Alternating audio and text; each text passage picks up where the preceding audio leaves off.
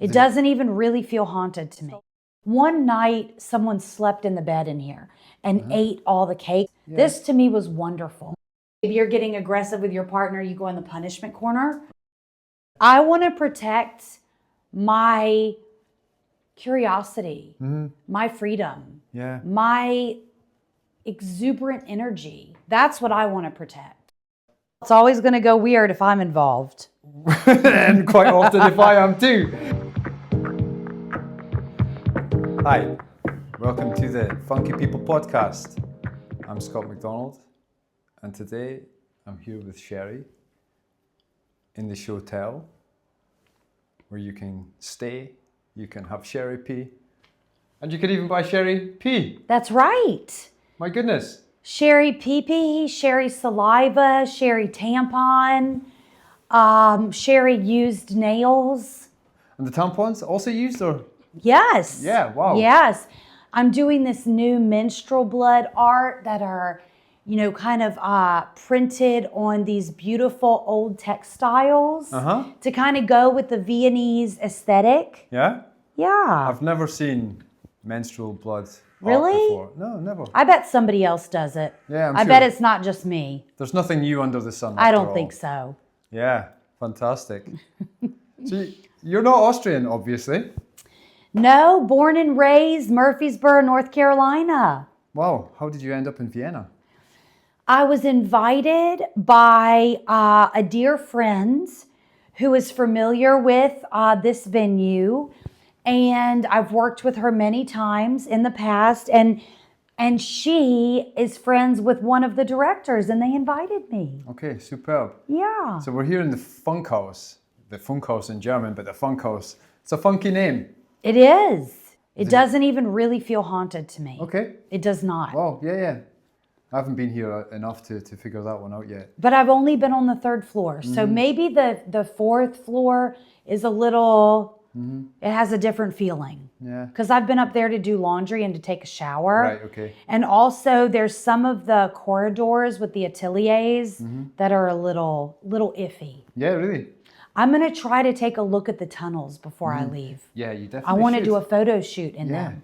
Yeah. Oh, well, there's lots of photographers in here. Yeah. A nice place for photos. The whole city, there's an underground city here. Do you know about the underground city? I read about it recently. Yeah, it's in The Third Man, the film Third Man with Orson Welles.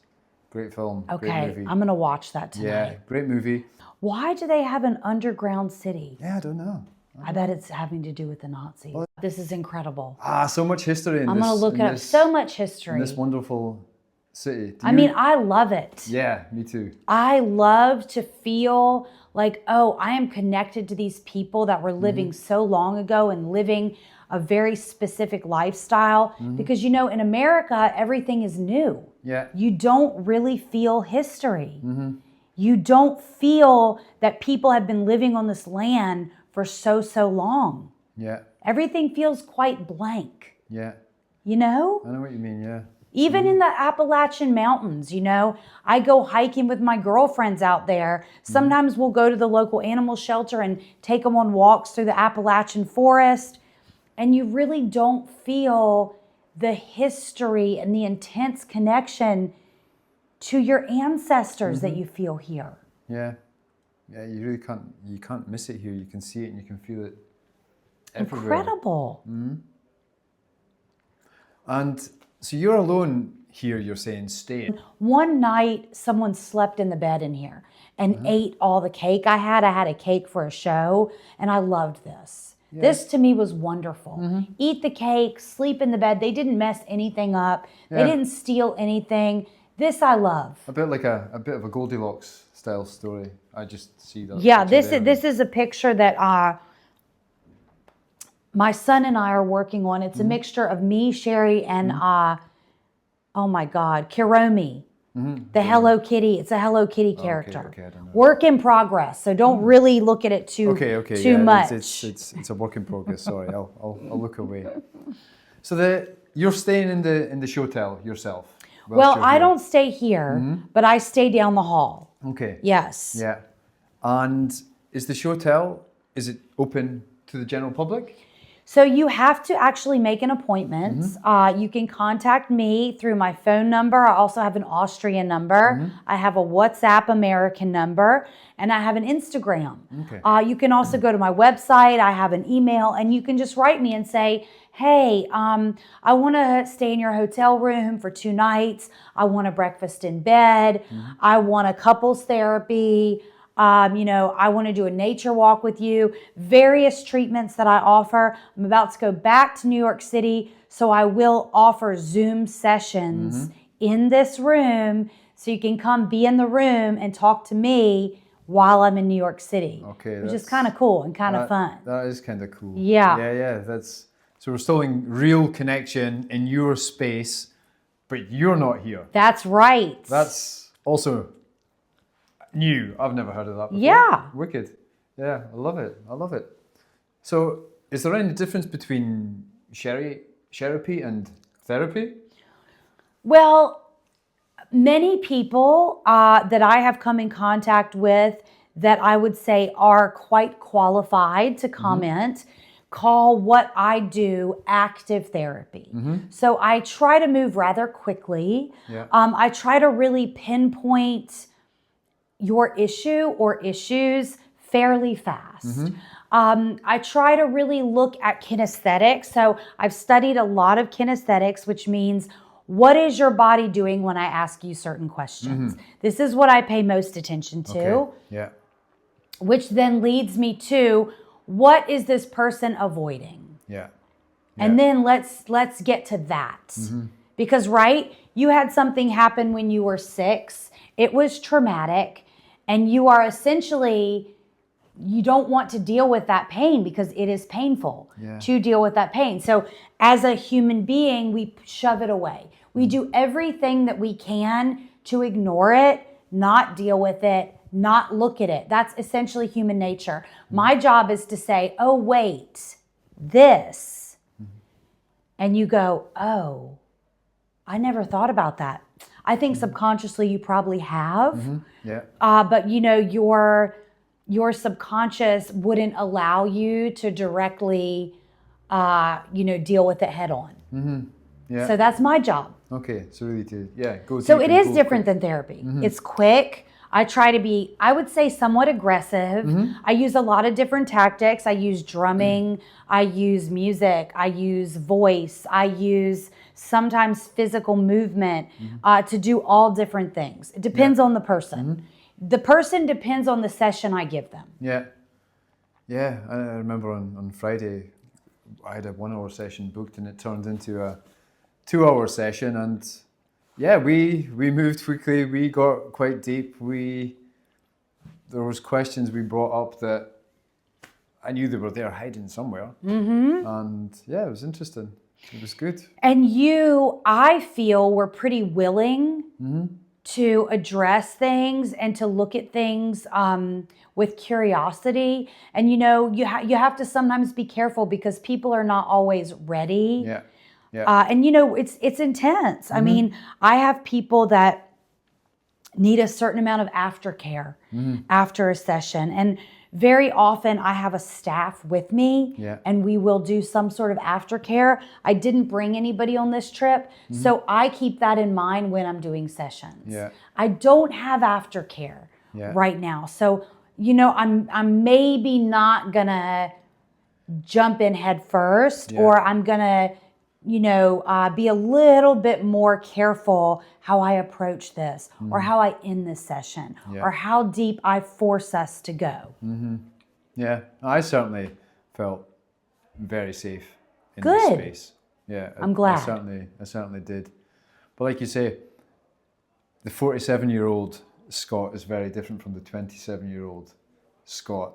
I think maybe, I physically, you can feel that I'm much more relaxed. I'm much more open. I'm ready to go with the flow in a lot of things. I think 27-year-old Scott would be a bit more stiff.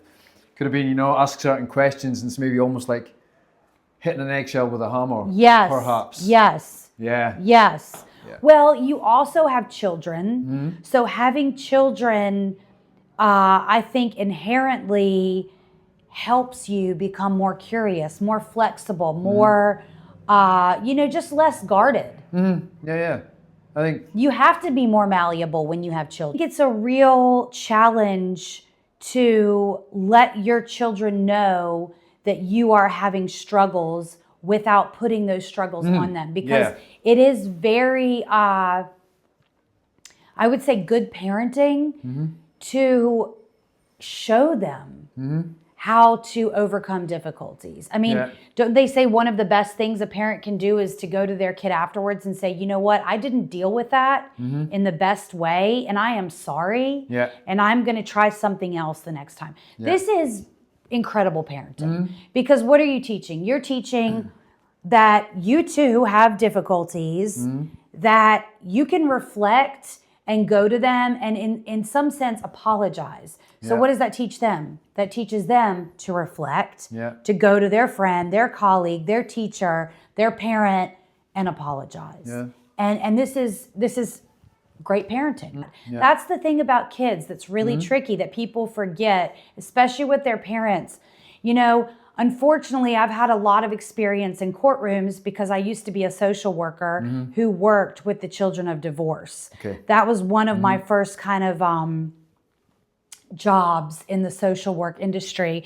And the one thing that I saw was that there was no child who wanted to abandon their parents. No matter how severe the abuse was, kids don't want to leave their parents. They don't want to choose one parent over the other. They don't want to. They don't want to hurt their parents. I mean, isn't that fascinating? it really is. I always say, it's hard with teens because teens don't communicate what they feel always. But I always say, quick text message, quick phone call, quick, hey, I was just thinking about you. You don't feel pressure to respond, especially during the teenage years. I love you. I'm thinking of you. I hope you're having a wonderful day. Something quick, something light, just to say, you're on my mind. Right? This is important. It's the phase in life when they're teenagers, isn't it? It's to in German is the abnabeln is pull away. Pull away from the parents. That's right. Test the boundaries, become their own people. It's the whole point, I suppose, of the teenage years, and the rebelling is not rebelling for the sake of being awkward. It's finding their own feet, isn't it? Do you enjoy living in New York? I'm more of a farm girl. I'm more of a nature girl. My significant other loves New York City. I have 2 teenage daughters who love it. My 6-year-old son and me, we are nature woods people. I love it because I work there, and so I make a living there. But my happy place is my house in the mountains. Did you go to New York because you're an artist? Because I was very lucky to get a job there very young. And so I've always just worked in New York City. And also, my mother used to take me there as a child. And I think I associate it with very positive times with her. So how far is New York from North Carolina? Very far. About 9.5, 10 hours. In the car? Yeah. Okay. Wow, and your mother used to take you there? Yeah, because she was a jeweler. And so she would have to go there to buy jewelry. And I would go with her, and I would take theater and dance classes while she was buying jewelry. You were in dance classes in New York City? Well, when I was quite young. That's fascinating. 12 and up. The cool thing about New York City is that if you know how to navigate the subway system, you're good to go. You're good to go. You can get anywhere. Me and my boys were like the kings of New York. And that was one of the things I just instinctively did. There was no real thought behind it. It was like, okay, boys, we're going here. Get us there. Yeah, it's great. I was putting that responsibility It's very good for them. On them. And did they find it confusing? Yeah, a little bit to begin with. But then it's very simple. Yeah, it was a cool challenge. And you really, if you can master New York City, you can master anywhere. I didn't know where this conversation was going to go. Well, it's always going to go weird if I'm involved. And quite often if I am too. So brilliant, brilliant. Whilst we're here, shall we use the 3 minutes and go for a wee walk around some of your rooms? Do you want to do that? Well, I only have 2. 2 rooms? Yeah. Yeah, well, let's of look at course. the 2. Yeah. I'll let you, do you want to do a walk around this one first or want to do the office first? Well, I think your menstrual art is yeah, the key. menstrual art's very cool. Here, I'll open this door. So this is the menstrual art. And there's one here as well. This one's also menstrual blood.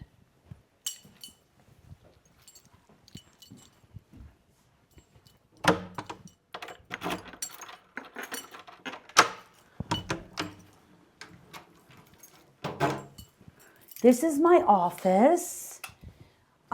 Says Sherry's office. I love that. My 6-year-old wrote the sign. Very good letters for a 6-year-old. Yeah. And this is where I do most of my one-on-ones or my couples therapy. Okay. So this is where I sit in this beautiful chair, which I love. Also designed and help the aesthetics with my 6-year-olds. If you're having a hard time, maybe you're not communicating well, maybe you're getting aggressive with your partner, you go in the punishment corner. Okay. That's what that is. All right. Yeah. And you can see the mask in there. Sometimes we will use that. So what's the mask for then? It's for, maybe it's like a timeout for yourself. Okay, I'm wearing this one mask. I'm not so fond of it. I'm not communicating well. I'm not treating my partner with respect. Let me try this other mask. Okay. Yeah. Oh, how do you feel? Right? It's a form of therapy where you literally change how you look in order to put yourself in a different place. This is a dear friend of mine who's a painter who did this awesome Shotel painting. If you come in my office, you can put I actually like it when it hangs crooked. You can put your coat on the coat rack, right? We discuss things like, what do you see here? What do you see? Maybe someone says, I see a cow on a mountain. That tells me a lot. Okay, what do you see? I see a puzzle. That tells me a lot, right? The way that a person describes something is very telling. I often will have people put this apartment furniture in order. That tells me a lot about their upbringing. What was their childhood like? Okay. Where do they put the kitchen table? Where do they put the sofa? This is merch. These are all things that I've either worn in shows or used as a prop in shows. So I sell all of those. Yeah. Pretty cool, right? And then this is my hotel room, which you can actually rent out to sleep in. Very comfortable mattress. And I give therapy in here. Pretty much every day except Saturday. So you can book a session. I even went so far as to bring my childhood 80s Barbie doll furniture. So how on earth did you get all these things from United States I shipped of them. America? I shipped them. Wow. So I shipped everything weeks before myself arriving. And it's in this very beautiful, very old cabinet. And this is really a comment on the protection of childhood. Should I have some expensive porcelain in here? No. Yeah. I want to protect my curiosity, my freedom, my exuberant energy. That's what I want to protect. Yeah. Hope you've learned something. Yeah, I have, yeah. I still have a lot of my Star Wars. Wish I had that. I'm a big Star Wars collector. You are. Like, Star Wars is a bit like, for me, and I don't mean this in a weird, modern way, but Star Wars is like my religion. It's a very religious, spiritual. I understand that. Spiritual. Remember was it the other day we talked about this? Maybe it wasn't you. You're in the zone, and I said it's like in Star Wars when you're like in the, the pilots. Yeah. Luke. Yeah. When he's flying the thing, and it's just like intuition. Yeah. Right. He doesn't need a map. He can feel it. Yeah. What is that called? It's flow. Flow. Exactly. And flow is actually my speciality, by the way. Really? Yeah, it really is. Yeah. Very cool. Yeah, I love Star Wars. I actually have not really even seen all the movies. Yeah, you don't. But want I collect the little figurines. Yeah. Anyway, so that's the end of this conversation, I think. Wonderful. What a conversation. What a conversation. Yeah. And in this crazy room. In this wonderful place, the Shotel in the Funkhaus in Vienna. Funkhaus, yeah, check it out. Check out Sherry. Check out your Instagram. What's your Instagram? Yeah, it's just at Ann Liv Younger.